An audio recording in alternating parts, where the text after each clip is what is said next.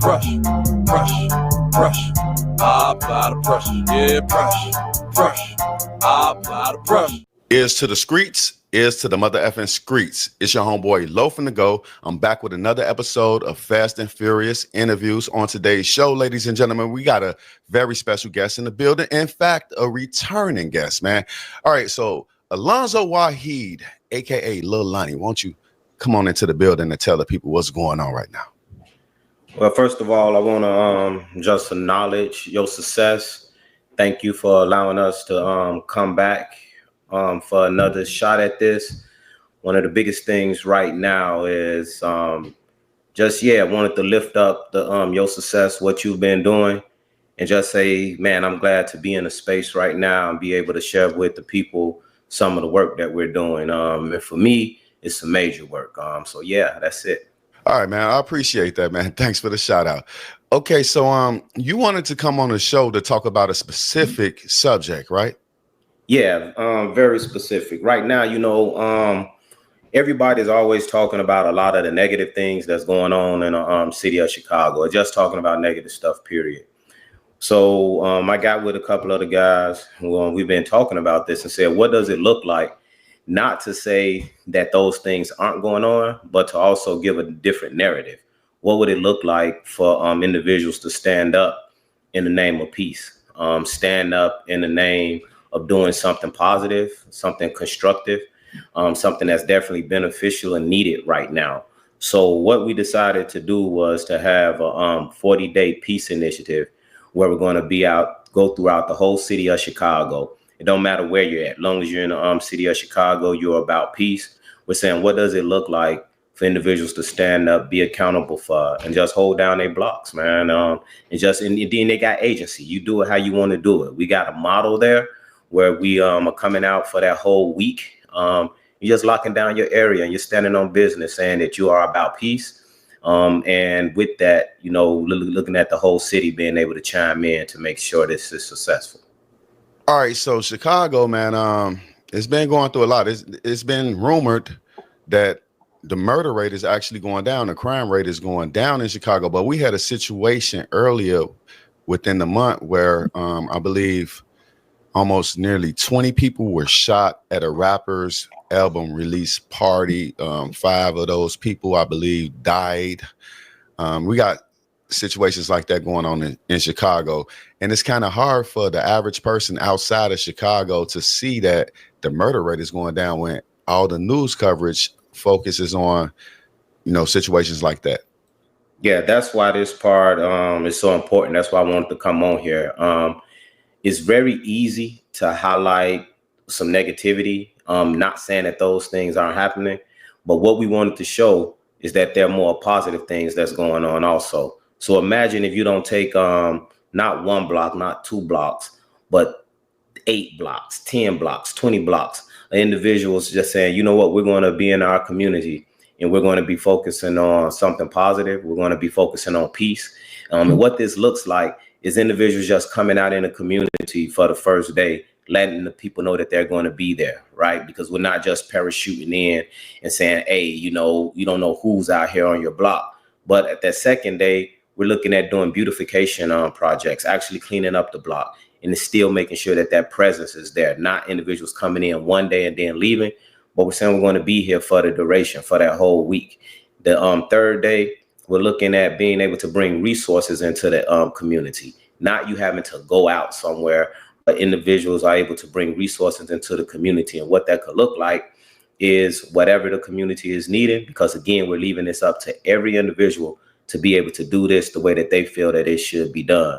But then that 4th week, we're looking at actually talking about the piece that you just mentioned. What does it look like to actually acknowledge the harms that have been caused, but then start working on solutions for that? And then also remembering these individuals that may have passed away, individuals that just may be dealing with different traumas, because we know that as a people, we deal with a lot of different traumas and we hold them on the inside. So we wanted to make sure that there was a day set aside to factually deal with all of these issues, right? Look at the facts, look at what's going on and acknowledge these harms. But then we wasn't just going to leave it at that. We was going to work on solutions. And then after we work on those solutions, we wanted to cap it off we're celebrating, just like we used to do, man. Come out, had a block party, bring the entertainment out, bring the food out, and we just celebrate one another again. And we be able to start releasing all of this tension that we're having. But it's not just one individual. It's not just one block. Everybody, we're looking at the whole city being able to turn out for this. And then this way, individuals could actually see what's going on, that it's not just these negative things that's going on in the city of Chicago. And for me personally, not only is going to be this the peace initiative, but it's also going to be a celebration of life, right? When we think about this, it took me a long time to get to this point, but I'm here now. And I wanted to make sure that Kevin K. Dog Williams, that his life is celebrated, that his legacy is celebrated. All right. And then with that, this day on the kickoff, we're going to celebrate his life. Oh, that sounds wonderful right there. All right. So gun violence in Chicago is crazy out there with the gun violence. These sophisticated weapons, why are they on the streets more than we ever seen before? I think that I can't answer that with saying it is just one specific thing. But what I do know is this. There are no gun factories in Black communities. That's one thing I do know as a fact. Another thing I know as a fact is that in the city of Chicago, isn't anywhere else, that as long as you have individuals that's vying for territory, that vying for a way to live, that is going to end up in violence. And what individuals aren't talking about is how situations are created for violence to be perpetrated. And then we look at the violence and we don't look at the root cause of it. So for me to actually solve the problem, just like with anything else, I got to get to what's actually causing the problem, how the guns get in there, why individuals are resorting to violence to solve their issues.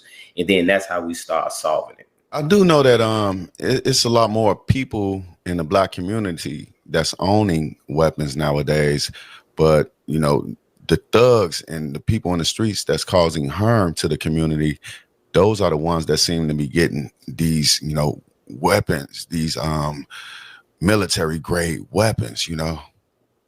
Yeah. It's the same everywhere, not just the city of Chicago.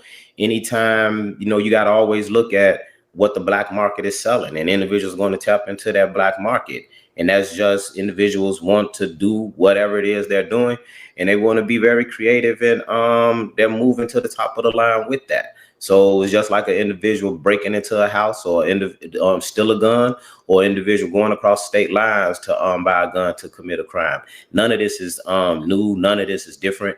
None of it is going to change. I think, again, we have to get down to the root issues of why these things are happening. And most of the time it's dealing with individuals that's operating in poverty, operating in mindsets of scarcity.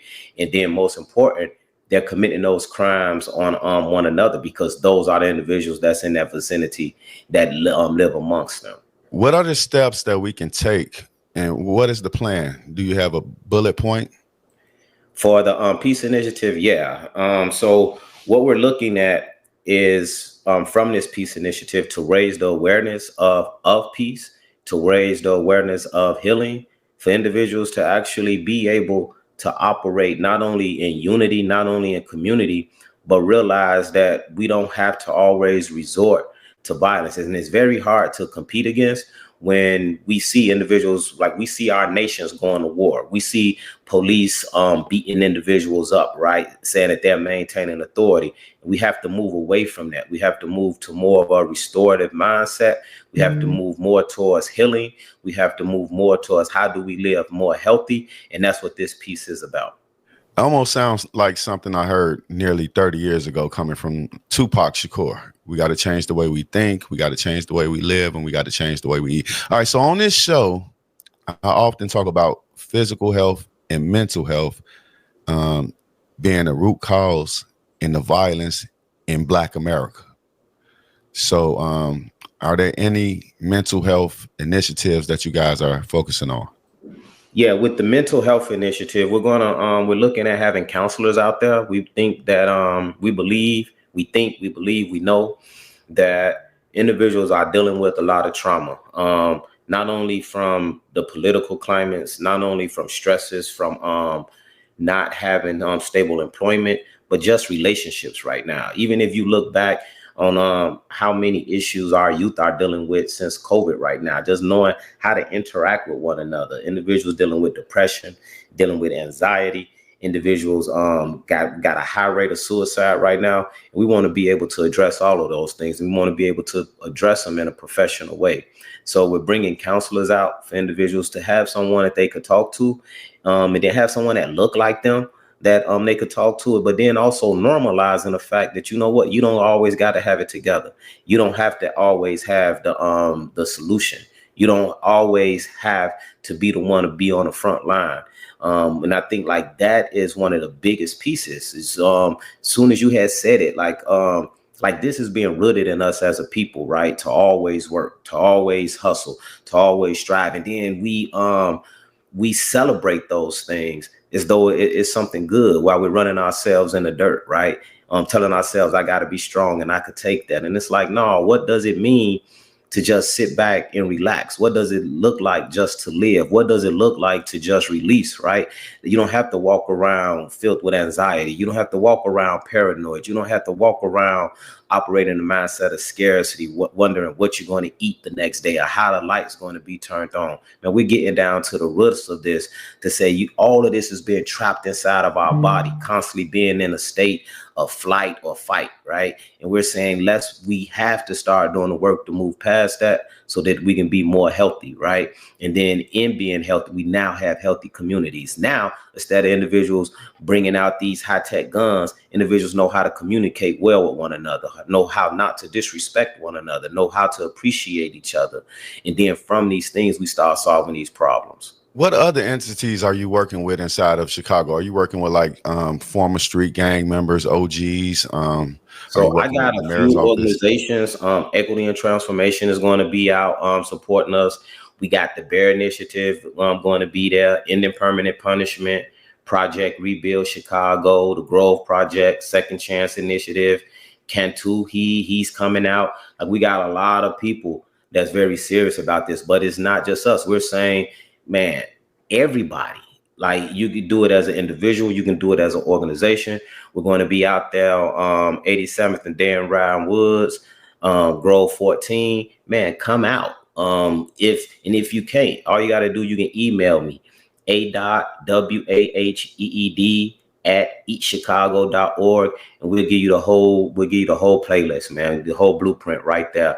You could do this. You don't have to be some big organization. You can be an individual that's on your block saying, you know what, we are about peace over here. I remember we used to have block clubs. I remember, and that's where we really got this model from. This ain't nothing new, man.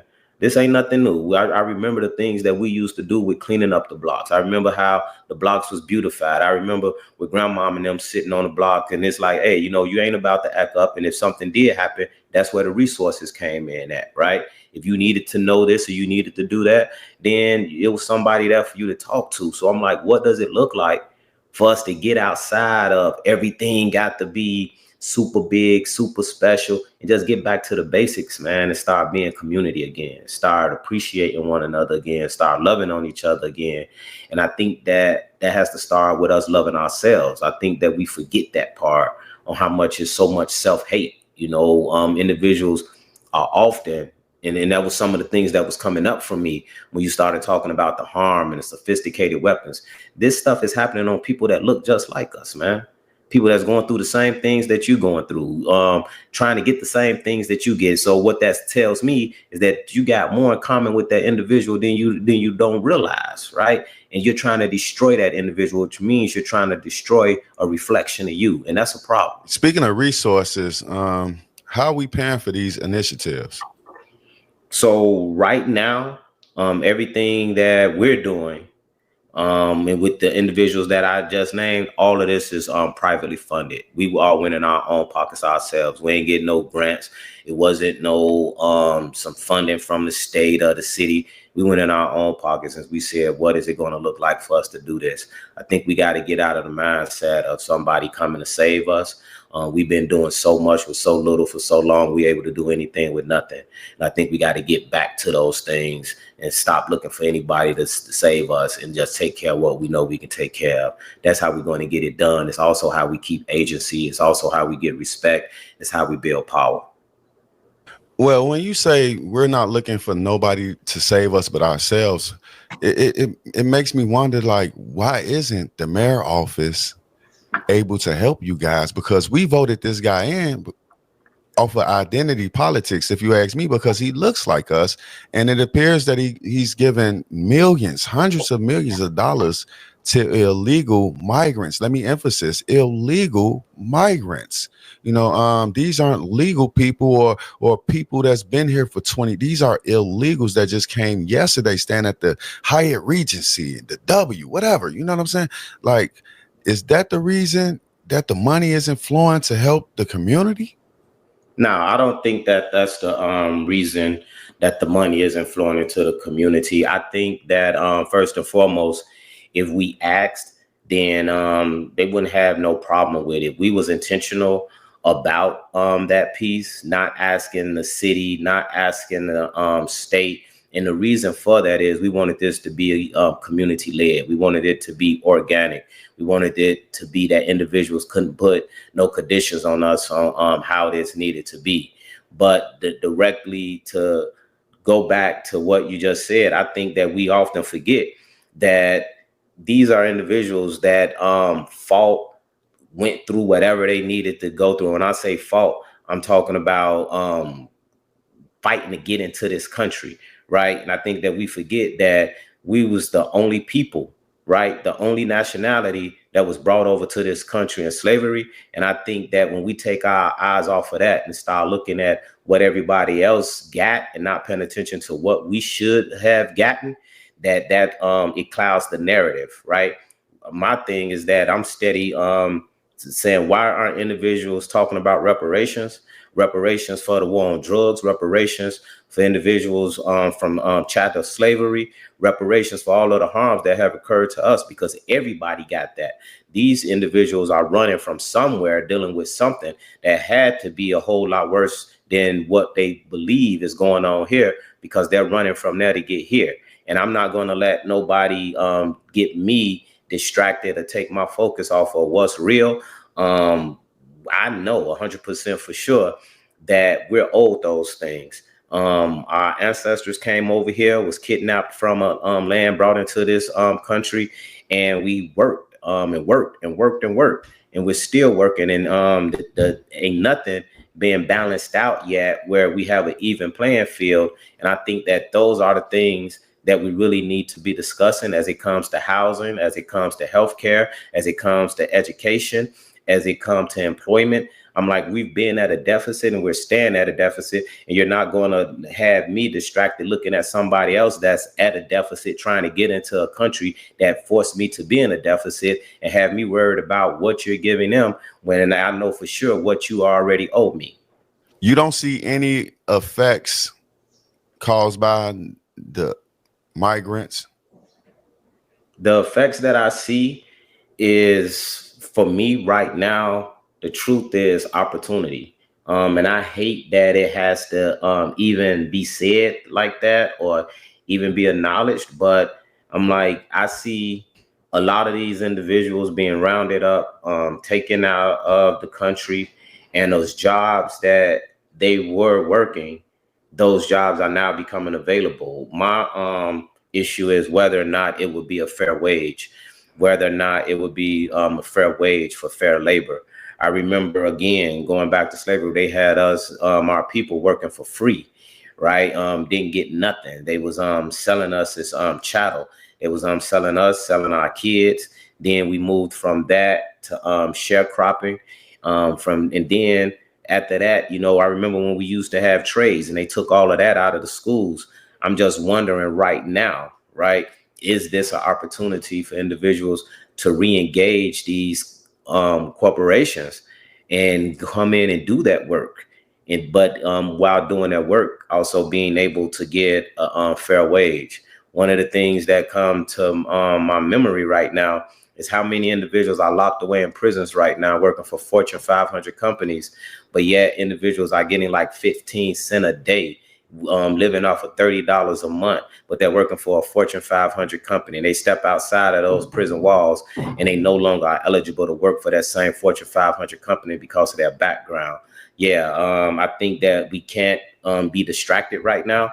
We have to stay focused and realize what this fight really is. And it's real easy for individuals to try to manipulate us and play us as though we're ignorant, we don't know anything, and then have us arguing amongst each other while they're laughing and dancing and becoming billionaires. All right, so Trump just recently dropped the Martin Luther King paperwork, and it was something in there. I'm not sure how true this is, but it was something in there that caught my attention. It was a $2 billion a year initiative that he was trying to launch off of the ground to help with poverty. Man, have you heard anything about that?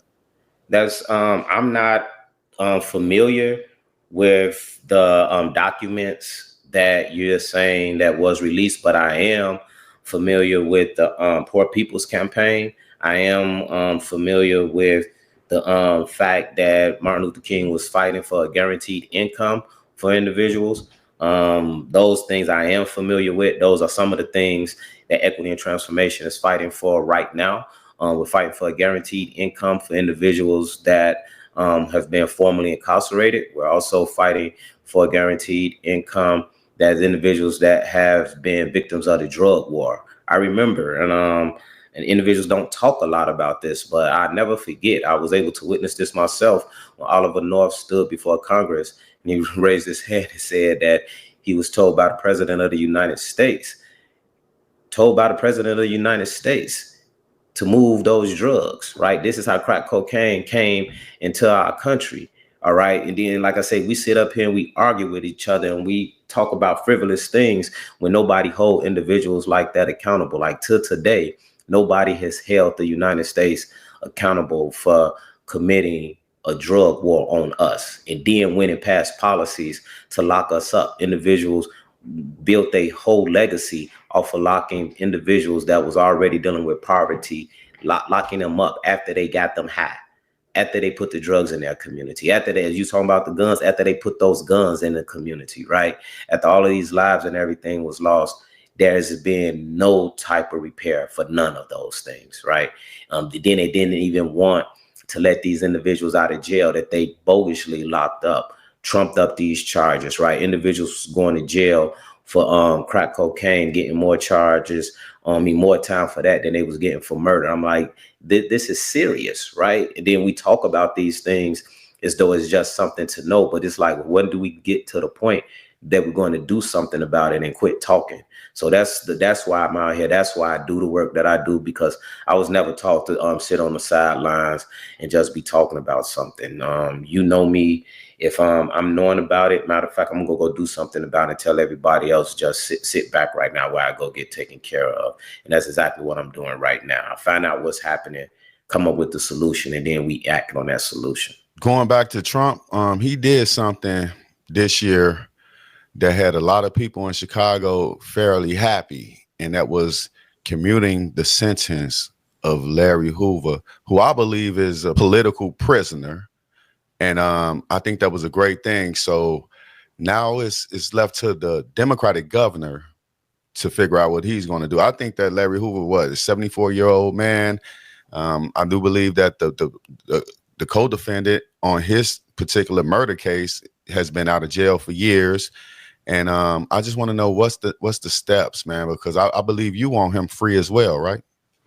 Yeah, I definitely want him free. I think that this is an opportunity for the governor of Illinois to step up and do what not only is right, not only is what's justified, but to do what needs to be done.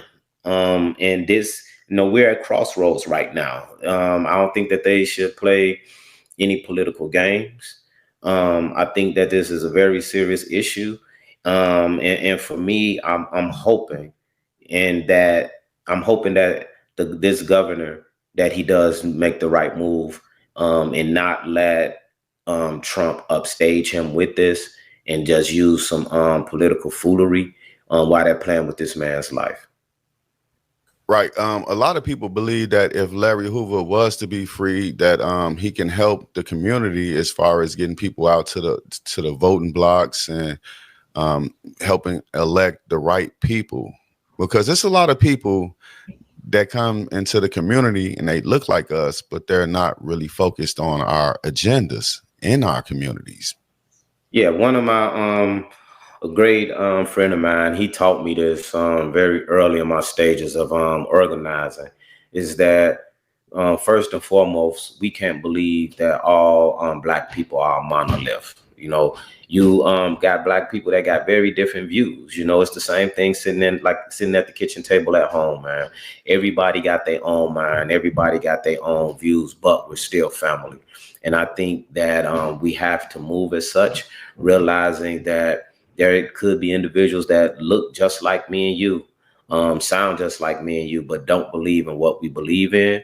And I think that first and foremost, that we have to stop talking about what are the benefits for releasing, for releasing just for having him being released, and just release him for the fact that it's the right thing to do. Release him for the fact that this is a man who served this time unjustly.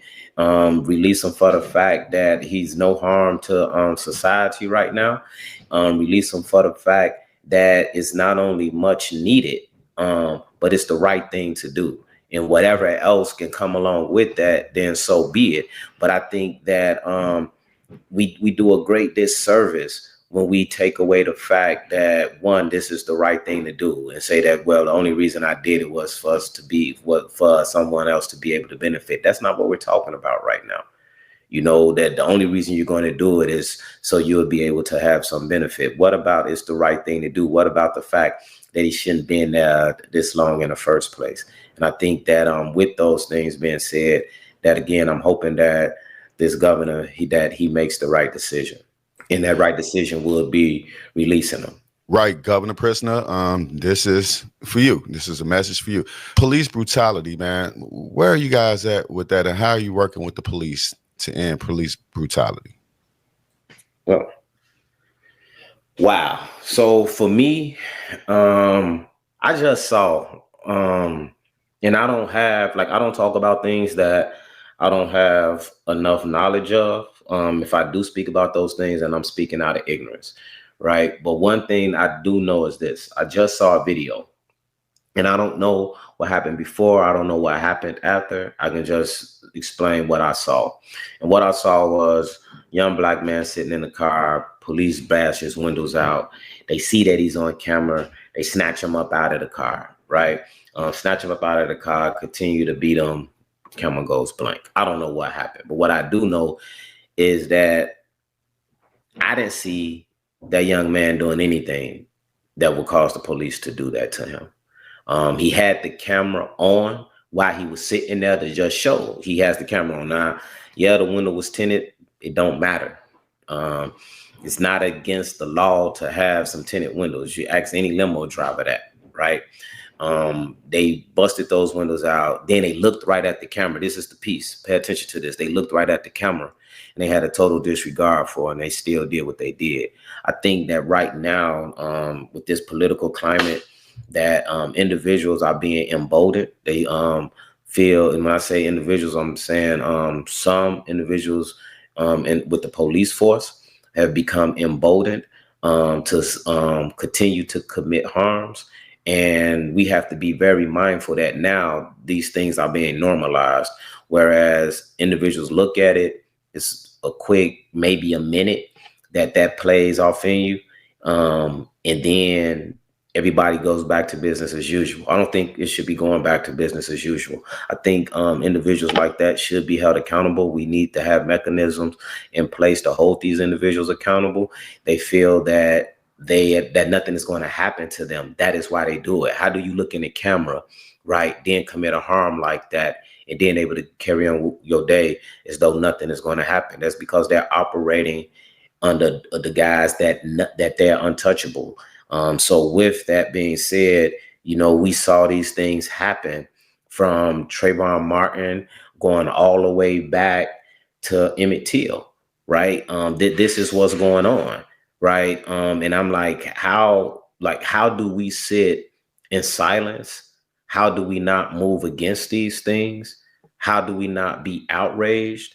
And not just talking, coming on platforms, talking about it, going to barbershops like, hey man, did you see this? It's like, no, when do we get to the stage of being ready to do something about this?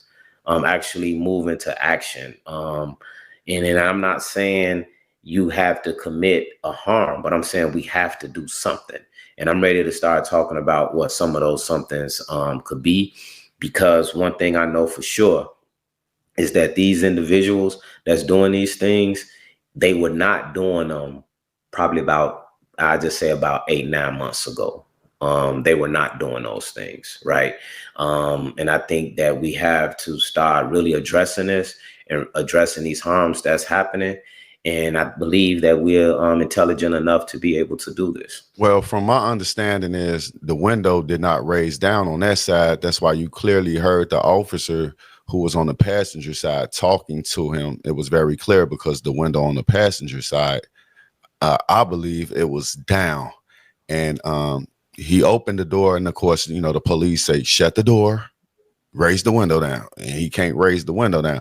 All right. And another issue with that is it was a white officer there, it was a Latino officer there, and it was a black officer there. And I told you we're not a monolith, bro. We have to start dealing with people as they are, looking at their actions and their behaviors, and then we gotta judge them as such. Like what brings an individual, especially individual in a position of authority. You're held to a higher standard. You're held to a higher critique, right? You have an individual's life in your hands. You can't move like that, man. And my thing is, again, I understand, like, if people like really dig into this, you have to understand that the reason why they have these immunity clauses for police officers, like, this is where it gets deep. The police officers were started as slave catchers, right? And starting off as slave catchers, if I got to go get your slave, you can't hold me responsible for harming your property, right? This is the root of that immunity piece, right? If you're hiring me to go do something that you don't want to do, and that's why it's always protect and serve, right? It's protect and serve. And they're always talking about the law of order, right? Saying that, what, under this law, they can go and retrieve this property. That's why they're always with, don't destroy the property. Don't destroy the property, right? But how are you taking care of individuals? We got to understand that we're still not seen as humans. We're still not seen as that we're not nobody's property. Okay. You can't just come in here and do harm to me, because I guarantee you, right? If that individual, man, I have documented records where individuals that don't look like me and you have set up here and shot police officers. Okay. Not shot at them, but shot police officers. And they were still able to de-escalate those situations. Those boys, women were able to leave those situations unharmed and then go get something to eat and sent to a mental facility, right? So individuals are choosing this behavior, and it's being celebrated, right? Because it has been normalized. And I tell you that does not happen with everybody. What happens is it's two sets of rules. This is how you deal with my property, and this is how you deal with me as a person, right? And we have to finally break all of this down and say, hey, we're all people for real. And this is how we're going to be dealt with. And if you commit this harm, this here is the consequences for that. Especially when we start talking about, like, people aren't paying attention to the fact of all of these $1 million lawsuits that was jumping off. Then next thing you know, everything start quieting down. When you start taking away that immunity for those police officers, and you start suing them civilly, all right, watch everything start changing. All right. So for me, is we have to get away from, again, all of the talking and the noise, and just start dealing with the facts.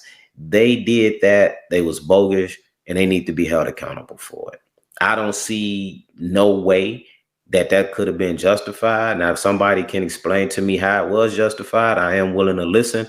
But from what I know so far, It wasn't justified, and those officers need to be held accountable. And it doesn't matter what color of skin they are, white, Latinx, black, y'all always bogus. And there's no way that you sit up here and you treat a human like that. Well, this happened a few months back, and the police chief said that he found it funny that this guy drops the video, which he should have been dropped a while back, but we didn't get the whole story. The police chief is a black man, and he said that his officers did everything within the law when it came to that situation. Yeah, so you got to remember that it was a law to slavery was a law. It was a law to it was all right to hang black people, right? So let's just, again, we got to quit playing games with these words. We got to quit playing games with these systems. We got to sit up here and do what we need to do as a people. And part of that is becoming highly educated, highly disciplined, and then with that, becoming highly functional and sustainable, whereas we don't have to sit up here and curtail ourselves to what somebody else's belief of what we should be is. Are you working with people from across the aisle as well? Yeah, so we work with all individuals that's looking to head in the same direction. One of the biggest reasons for that is because, like I said, individuals aren't monoliths. One thing when I'm trying to get legislation passed, right? I can't just do it with the Black Caucus. I can't just do it with the Democrats, right? Everybody's state, well, everybody's their city, their county, you know, is different. So we work with individuals that's willing to get the same goal accomplished that we are. The reason that I asked you that is because it's a movement, it's a push in Chicago right now, headed by a very beautiful black woman, and it's called Chicago Flips Red. Chicago do you know of that? Red. No, I don't know a lot about it. What I'm going to do is educate myself on it. But if it's something that like, I don't know anything about that movement, but what particularly are they doing? Because maybe I could speak to that. I think that they're trying to work with Republicans, saying that the Democrats failed the black community. That's the main thing. You They're can stop saying right there. I'll say this. The Democrats have failed the black community. I think that they take the black community for granted. They come into the black community when they need the vote. For the amount, could no individual become president without the black community?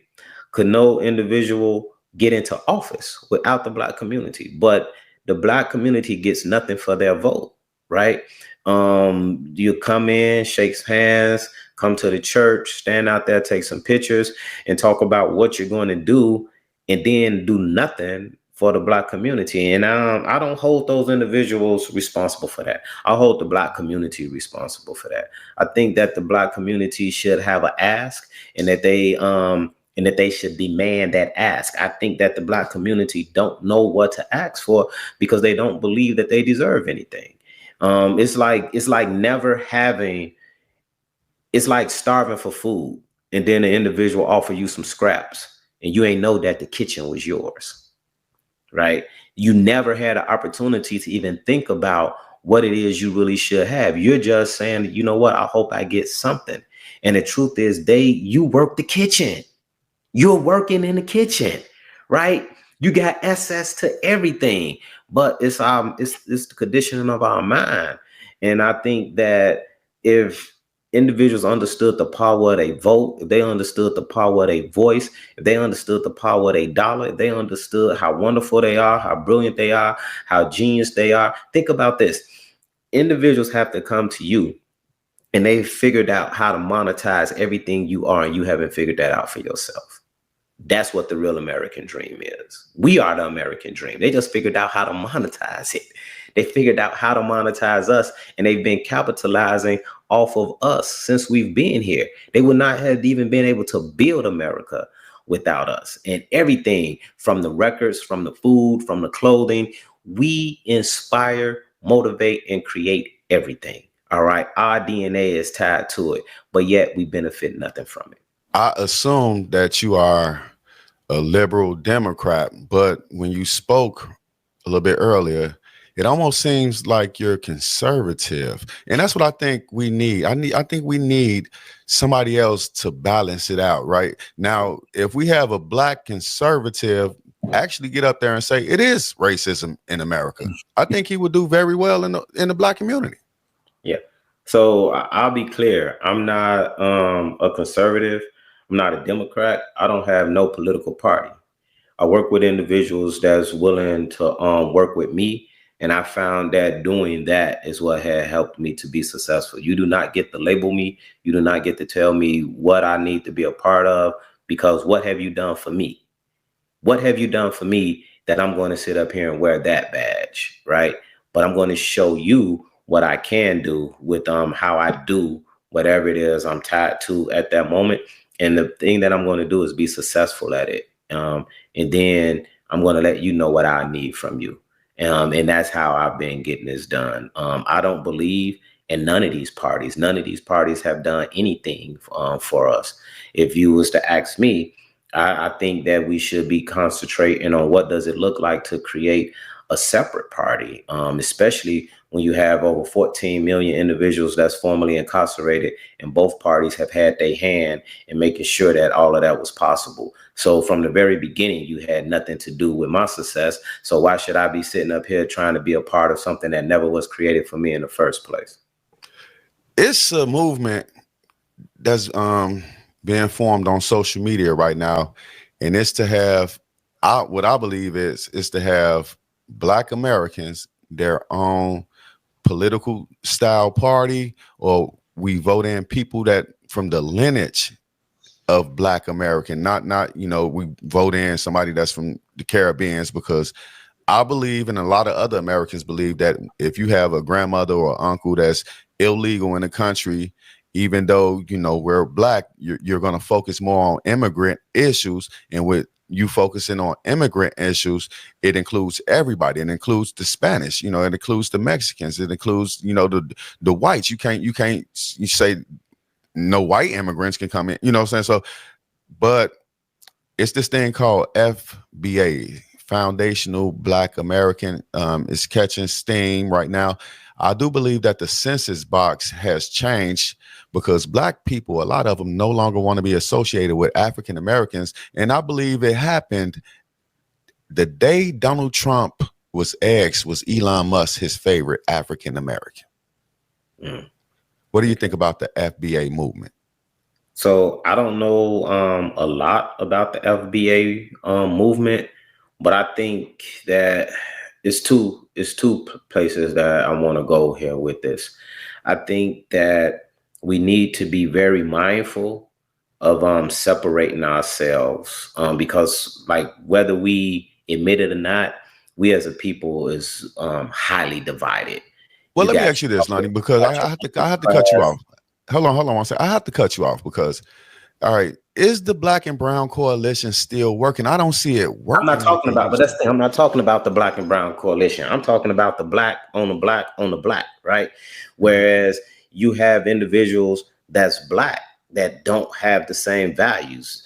Yet you have individuals that's Black that's going to sit up here and separate from you, right? That want to pretend and act like they're not Black no more because they got a higher education, or they got a higher pay rate, right? So I'm like, we need to deal with those things first and not cause more separation within us, right? Just because you got a degree, or again, just because you in the 2-parent household, and then you're looking down on another individual that's Black just like you. So like, to make it real quick, and thank you for apologizing for cutting me off, but it's that field nigga, house nigga mentality, right? And until we deal with that, we can't cause more separation. Just think about it. You got Black people, right? Muslims, Christians, unorthodox this. I mean, I see Black people walking around with "Kiss Me, I'm Irish" shirts. Like, we don't know what we are, right? And we willing to become anything else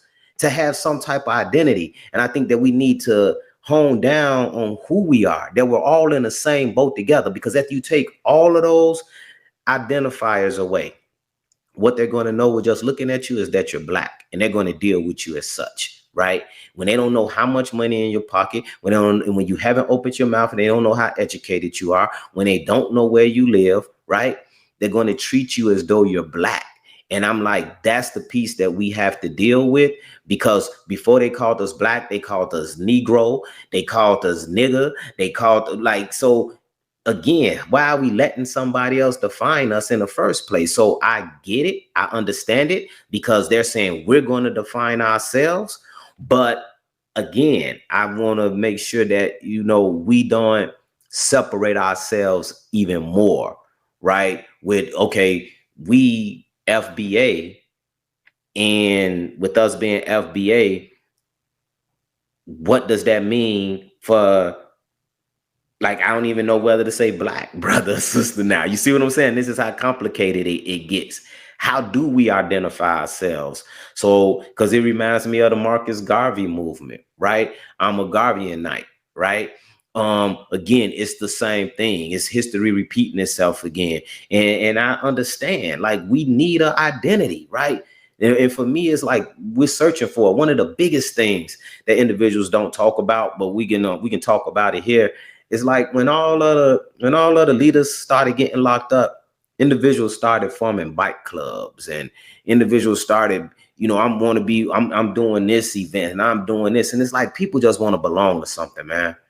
And I'm saying, before you belong to anything, find out what it's really about, find out what the goals are, and then make sure that it's going to be able to uplift you and embody what you believe, right? And then you need to figure out what it is you truly believe, because people will pull you into some stuff. I saw so many individuals get twisted, get spent off, right?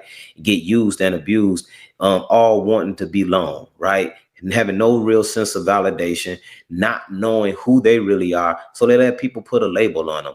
And I just will hope that that's not what this is. I don't think that that's what this is. So again, I can't speak to it in a way, whether it's where I could say yay or nay about it, but anything that would uplift the people, anything that would empower the people, I definitely believe in that. I just don't want to see anything else dividing us, because at this point we're too divided. When Trump was elected to office this time, it was a large amount of immigrants that actually voted for Trump. Now, I ended up losing my job, and I had to get into a temp service and go to another job. Now, when I went to this job, it was one African-American there, and the workforce was basically 90% Black Africans, right?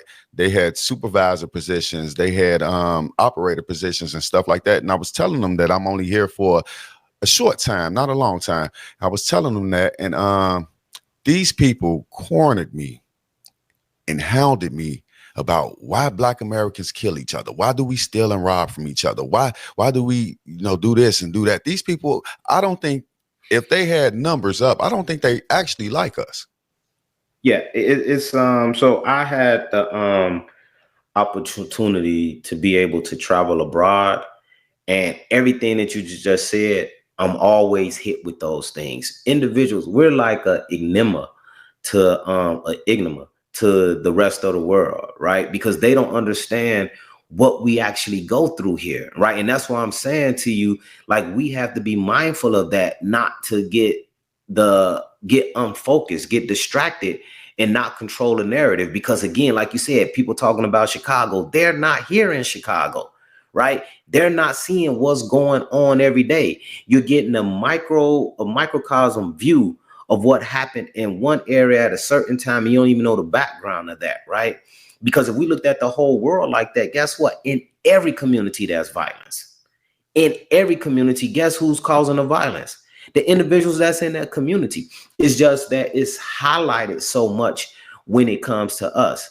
And individuals believe, listen to me now, they believe that we got it so well off that there should be no way that we're faced with the dilemmas that we're faced with, right? And that's because they don't know the story. And that's what I'm saying. That is the piece right there. You need to be able to understand why we're this way, why these things are happening. Because see, from what you're saying, these individuals, like I said earlier, they come from another country and they're fighting to get into this country. And then look, they're able to get supervisors positions and all of that. But then you over here, you getting laid off. How? right? How is it that you have a criminal background, right? How did that happen, right? So see, those are the things that's not being talked about. Those are the things that's not being answered. And that's how we end up in those situations. And then when they sit there in front of me and I say, what you're sitting up here running to, I'm running from. And then we can figure that out, because you ain't saw the real picture yet. What you're running to, I'm running from.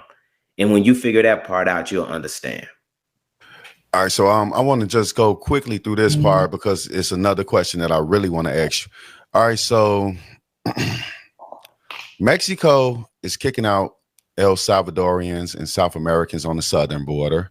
They're now kicking out white Americans and black Americans on the northern border because of gentrification.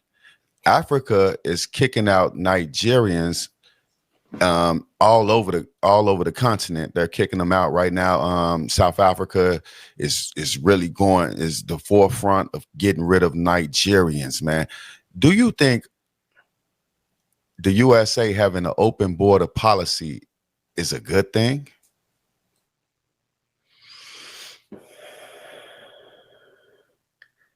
I can't really answer that in its totality right now. One thing that I do know is that we need to be mindful of what's coming into the country, right? And I think like that's just for anybody. You're going to keep a lock on your door, right? You're not going to just leave the door open. That's logic. That's common sense. What I don't want to be so quick to say is that we shut the borders down and don't allow anybody in. Because for a minute, and this is just me being totally transparent, I was hoping, right, that they would just shut the borders down for a minute, right, and at least hit a restart. Let's figure this out and get it done. At least that, right? But for a lot of people, this is a place for them to restart. I think that regardless of whatever they do, it should be equal across the line. It should not be that Europeans can come and move throughout the country freely, but then when it comes to individuals of color, they're highly scrutinized and they're not let into the country. One of my biggest concerns, and what I do know about, thank you for giving me that information, because I didn't know none of that was going on at this time.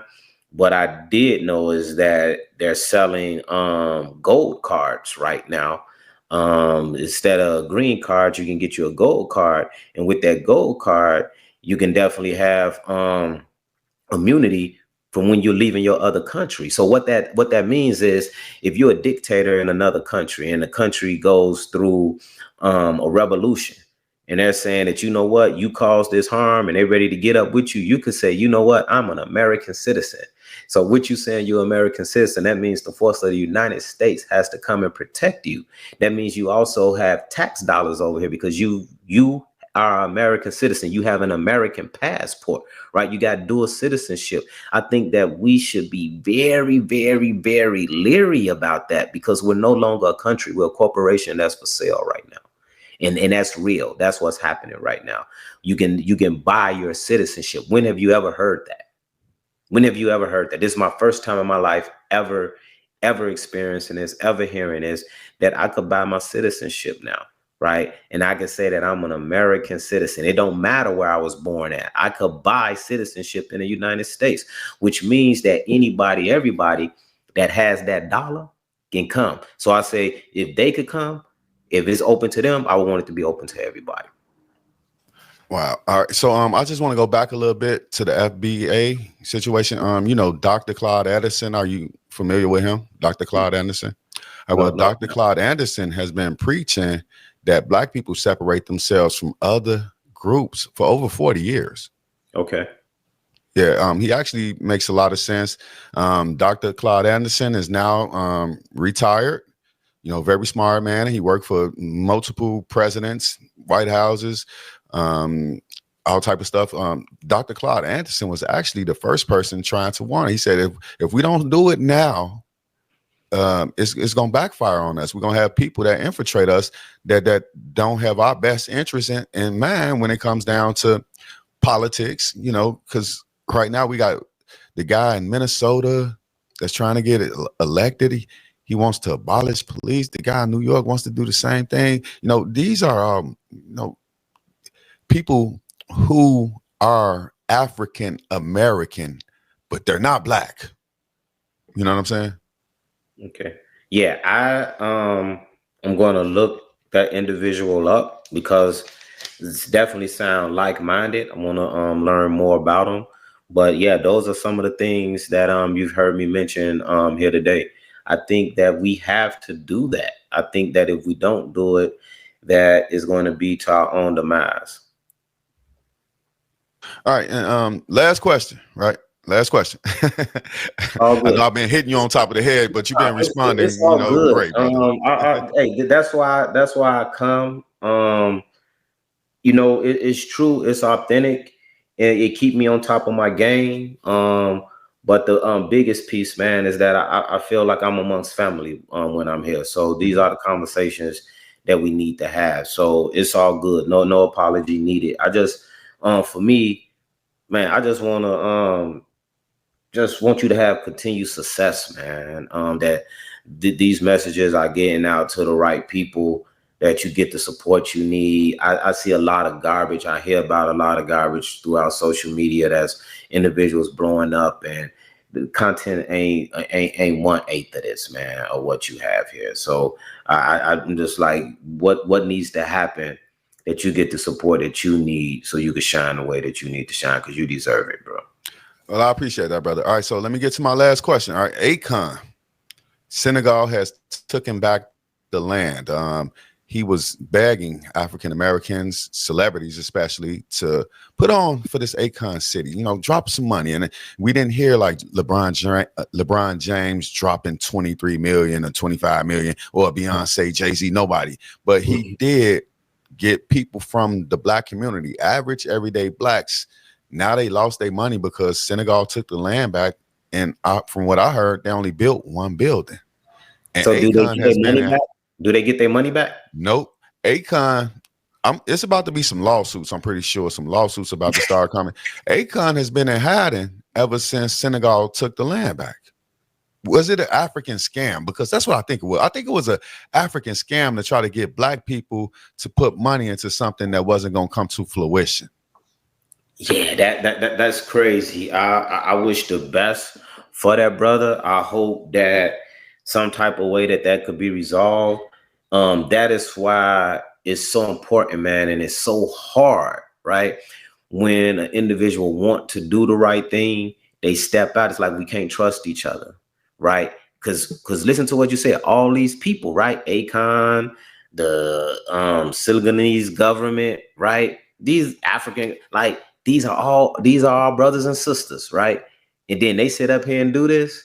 So that is the mindset, that we tend not to trust one another, because it'll be that negative piece right there that goes on forever. And people will always talk about that. But I'm like, is it nothing that we did do that was positive? Nothing that we did do that was right? Nothing that we did do? And then how come, for me, right? For me, how come it wasn't the individuals that had the bag, that had the legalese, that had the support to make sure that, you know what, we want to do this and we're going to do it the right way, and we're going to make sure can't nobody beat us out no money, right? Because we're talking about, like, Akon, he knows a lot of people, bro. And I don't think that, especially if you say he went in hiding, I don't think that he was malicious behind that. But I do believe that it definitely could have been some corruption within the government, right? And then that's what I'm talking about now. Again, started out at the beginning of the segment. We're not a monolith, bro. You got to remember, man, the COINTELPRO, it was people that looked like us that betrayed us, bro. So that is the piece right there. that's the only one that can get to you. It's not going to be the one that you know is the enemy. They got to put somebody there that's going to get close enough to you. And these are the things that I'm saying that we always have to be mindful of, have to pay attention to these things, and be able to counteract once they happen.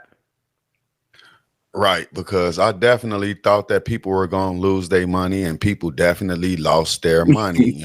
Thank God that LeBron and all the rest of, well, we don't know who actually put their money into that, but it was one black man. That could have been me. Would have put my money in that. Like I didn't even know about it, but that could have been definitely something I've been saying is, you know what? Yeah. But again, I'm going to make sure that everything is vetted. Well, Alonzo, aka Lil Lonnie, man, I really appreciate you for joining the show, man. Why don't you tell the people what's going on again, what we doing, what's the movement, what's the plan? Okay, so August the 3rd, we're going to be at 87 Dan Ryan Woods, Grove 14. We want the city to come out. It's going to be a citywide peace initiative. We want to show that not only are we about peace, but we're about community. We're about living life healthy. And that starts with having peace, not only within community, but also within ourselves. So that's the piece why I'm here today. And I want to reach out again. Thank you for allowing us to be here. You know, that's the piece that we're doing. And we're just asking everybody to come out, celebrate with us, celebrate life with us. And then to join this peace initiative. You could do it yourself. Again, you could reach me through a.waheed@eatchicago.org. And we got a whole blueprint for you. And even if you said you didn't even connect with us, man, just hold it down for yourself. Have peace within yourself, peace within your block, peace within your community. That's what we're going to be doing for the next 40 days, starting August the 3rd.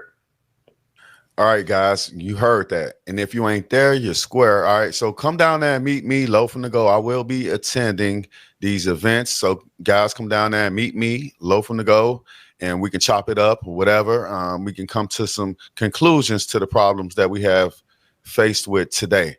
All right, I really want to thank you. I appreciate you for coming on to the show and sharing this information with the audience. Guys, we'll be back later with more news, commentary, interviews, and everything else. It's all about the Black community right here on Members Only Podcast. I want to send a shout out to this outstanding member right here, Lil Lonnie, aka Alonzo Waheed. Man, keep on doing the positive work, man. Keep on doing it. And we'll be there to support you, brother. All right, thank you. Peace. I apply the pressure. I apply the pressure. I apply the pressure. Yeah, pressure. I apply the pressure.